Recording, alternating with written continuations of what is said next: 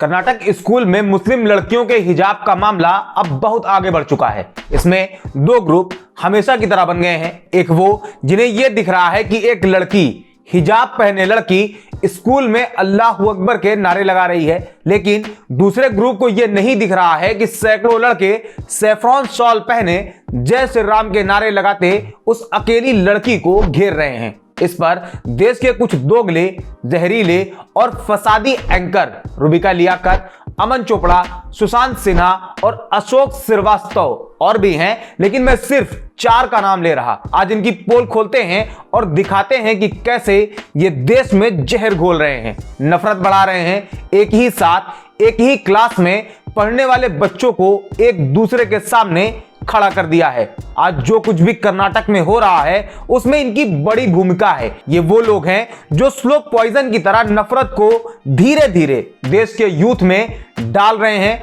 और आज भी यही कर रहे हैं। अभी आगे दिखाते हैं। पहले यह समझ लो कि हिजाब है क्या। हिजाब इस्लामिक ड्रेस का एक एसेंशियल पार्ट है जिसका काम सिर्फ इतना है कि वो सर को कवर करता है। ये फोटो देखिए, ये है हिजाब। इसे मुस्लिम लड़कियां इसलिए पहनती हैं क्योंकि इस्लाम में लड़कियों की इज्जत को प्रायोरिटी दी गई है। कुरान जो इस्लामिक किताब है, इस किताब के चैप्टर 24 वर्स 31 जहां औरतों को पर्दे के लिए कहा गया है, लेकिन उससे पहले यानी चैप्टर 24 वर्स 30 में मर्दों के लिए कहा गया है कि वो भी अपनी निगाहें नीचे रखें। इससे एक चीज तो क्लियर हुई कि हिजाब मुस्लिम के लिए उनके धर्म का हिस्सा है। अब आते हैं दूसरे पॉइंट पर। संविधान का आर्टिकल 25 सभी धर्मों को अपने धर्म का पालन करने, खाने, पहनने, यहां तक कि उसका प्रचार प्रसार करने की आजादी देता है। बस शर्त यह है कि किसी को किसी की वजह से, किसी के काम की वजह से कोई हेल्थ प्रॉब्लम और लॉ एंड ऑर्डर को कोई नुकसान ना पहुंचता हो। यानी संविधान से भी इस बात की आजादी है कि कोई कुछ भी पहन सकता है। अब तीसरा पॉइंट जिसपे सबसे ज्यादा बहस हो रही है। कहा जा रहा है कोई कुछ भी पहने उससे मना नहीं है, लेकिन स्कूल का ड्रेस कोड होता है और स्कूल में पढ़ने वाले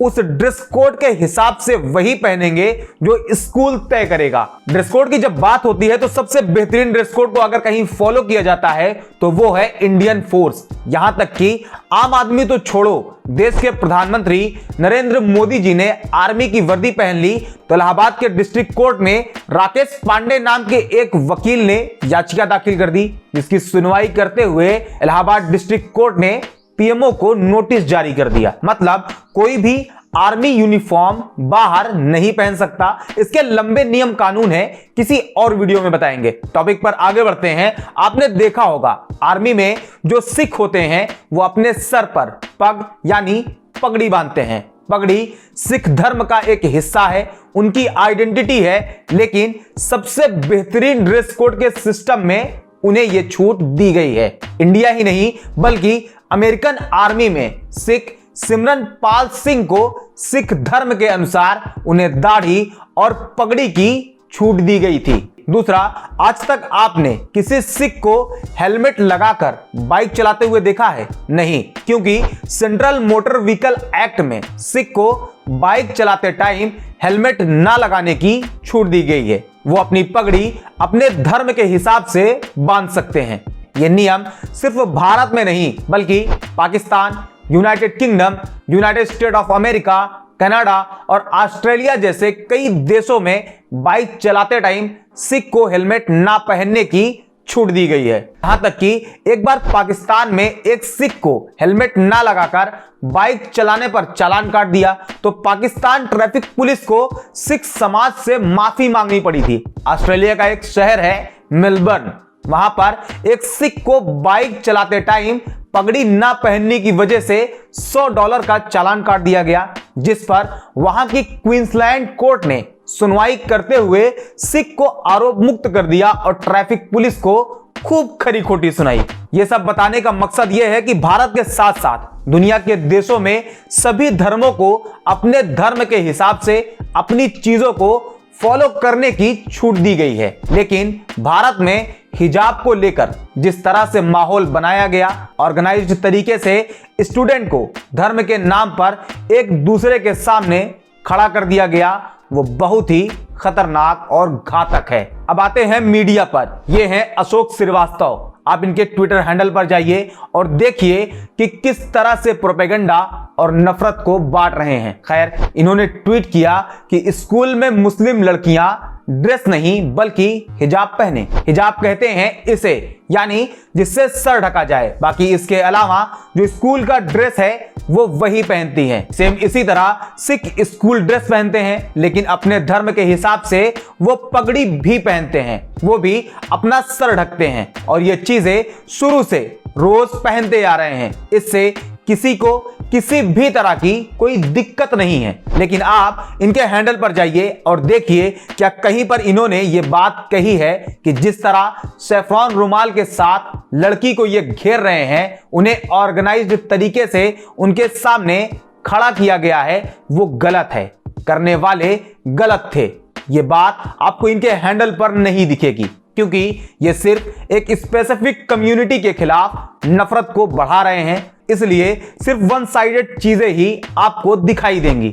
दूसरे ये हैं, इनका हाल तो सबसे बुरा है। इनका काम सिर्फ और सिर्फ टीवी पर बैठकर हिंदू मुस्लिम करना और नफरत को स्लो पॉइजन की तरह देश में फैलाना है। इन्होंने एक ट्वीट किया कि लड़की को घेरते हुए लड़कों का वीडियो हिंदुत्व को बदनाम करने के लिए एक प्लांटेड वीडियो है। हालांकि ये भी उन लड़कों के साथ ही खड़े हैं, एक अकेली लड़की के सामने। इसलिए इनका यह कहना कि वीडियो प्लांटेड है तो बिल्कुल प्लांटेड है, बल्कि इसे प्लांट इसीलिए किया गया था कि भगवा रुमाल पहने एक अकेली लड़की को घेर कर उसे नुकसान पहुंचाएं। ये भाई साहब यही नहीं रुके, बल्कि इस पे एक शो भी किया। ये वीडियो देखो। एक राज्य में इसलिए पत्थरबाजी हो रही है क्योंकि मुस्लिम छात्राएं चाहती हैं, अब पता नहीं चाहती है नहीं चाहती है, उन पर दबाव है कि हिजाब पहनकर स्कूल में आने दिया जाए।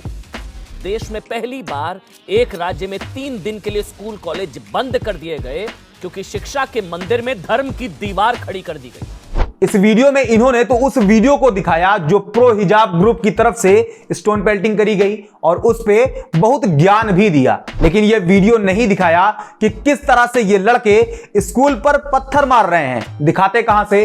अगर दिखा देते तो नफरत कैसे बढ़ती उनके खिलाफ। वन साइडेड चीज को दिखाकर नफरत जो फैलानी थी। अब आते हैं इन पर, रूबिका लियाकत। इनका भी वही हाल।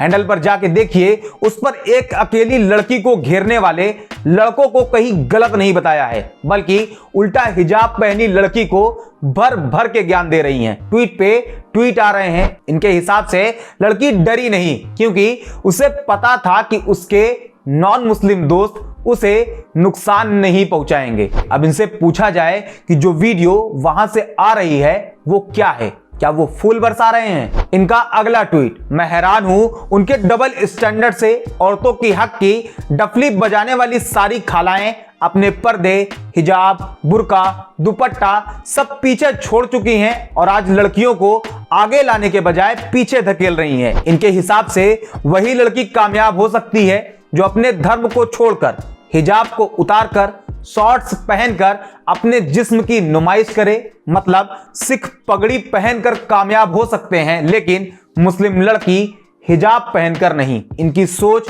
और इनकी कामयाबी की वजह पर आप गौर जरूर करना। आगे लिखती हैं, लेकिन हम उल्टे ही चले जा रहे हैं। ईमानदारी से अपने आसपास मुस्लिम बुजुर्ग नानी दादी को देखिए, बुर्का नहीं भारतीय लिबास पहने मिलेंगी। पहली चीज तो ये कि ये जिस तरह से खुद कपड़े पहनती हैं, क्या वो भारतीय लिबास है? नहीं, लेकिन बावजूद इसके पहनती हैं। पहने, संविधान छूट देता है, कोई कुछ भी पहन सकता है। रूबिका लियाकत के इस वन साइडेड ट्वीट्स का जवाब दिया जा रहा है, लेकिन आप इनकी सोच को देखें और एक लड़की को सैकड़ों लड़कों ने घेर लिया है, उस पर कोई प्रॉब्लम नहीं, लेकिन हिजाब से बहुत है। आज के वीडियो में इतना ही। वीडियो अच्छी लगी हो तो इसे लाइक और शेयर करो, चैनल को सब्सक्राइब करो। मिलते हैं अगले वीडियो में।